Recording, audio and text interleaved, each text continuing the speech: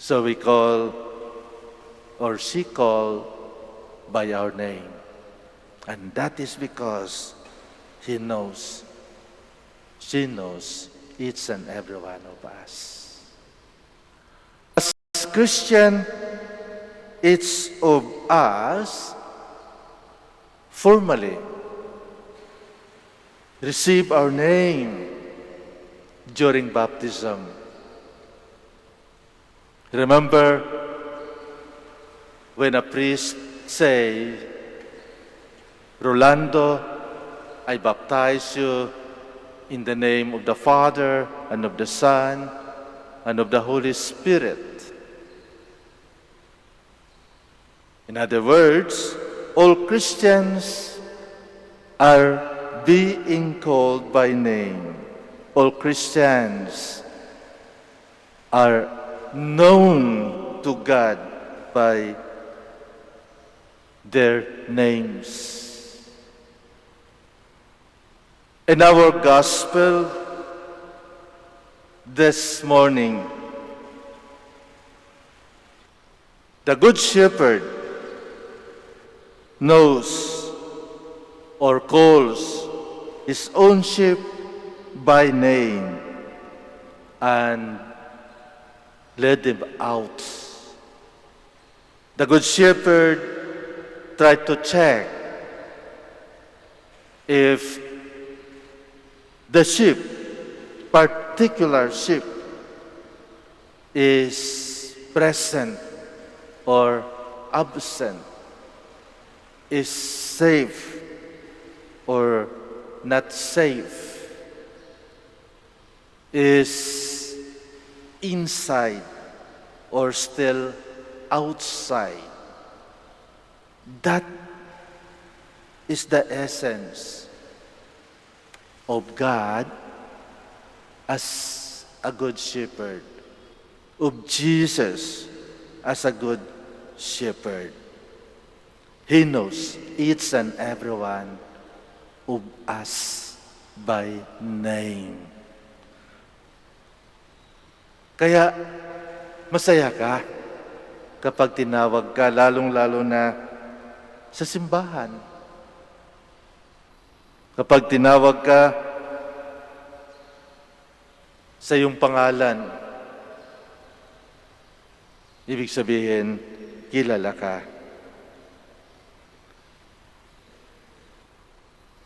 But then, in the life of our Lord, a good shepherd, as a good shepherd, our Lord actually did not go out and tend his sheep.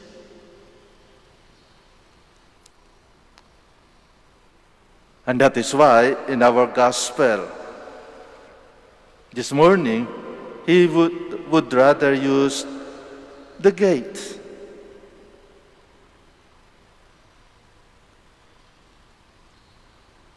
The gate of the den. And it means, at the gate enters the shepherd and the sheepfold. Our Lord actually did not tend his sheep outside and look for a green pasture. Once, he took them on the hill and feed them. And our Lord somehow gathered them together to teach them. People gathered around our Lord in order to listen to His words, in order to know the truth, in order to be nourished by a different words that comes from His mouth. Very, very authoritative.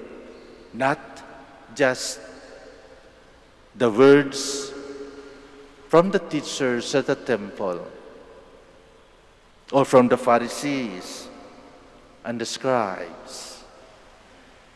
And that is why people were looking for him, to listen to him.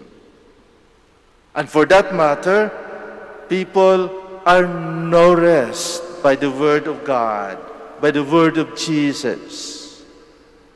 His words is a food for them in order to live. I think this is the very essence of a good shepherd, to feed the flocks by wisdom and truth. Kaya marami siyang tagahanga, marami siyang mga tagasunod dahil nabubusog sila ng kaniyang salita.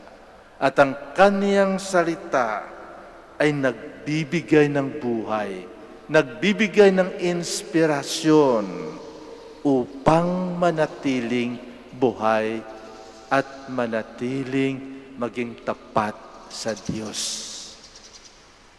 Yun ang Good Shepherd. Hindi lamang nagbibigay ng pagkain, dahil ang pagkain na ibinibigay niya ay ang pagkain na walang hanggan, ang salita ng Diyos. In the Old Testament, leaders are considered shepherds. Kings and rulers are considered shepherds. Sila yung tagapagligtas ng kanilang sambayan, ng kanilang sakop. Kaya sila ay sinusunod. Ngunit makikita natin na karamihan ng mga leaders na ito, ng mga haring ito, mga rulers, hindi naging tapat sa Diyos. Si Haring David, hindi naging tapat sa Diyos.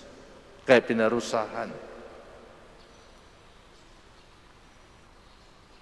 At marami pa na mga rulers, kahit sa Israel,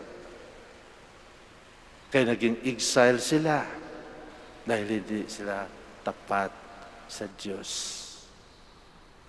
Ang katapatan sa Diyos isa sa pinakamagandang kriteria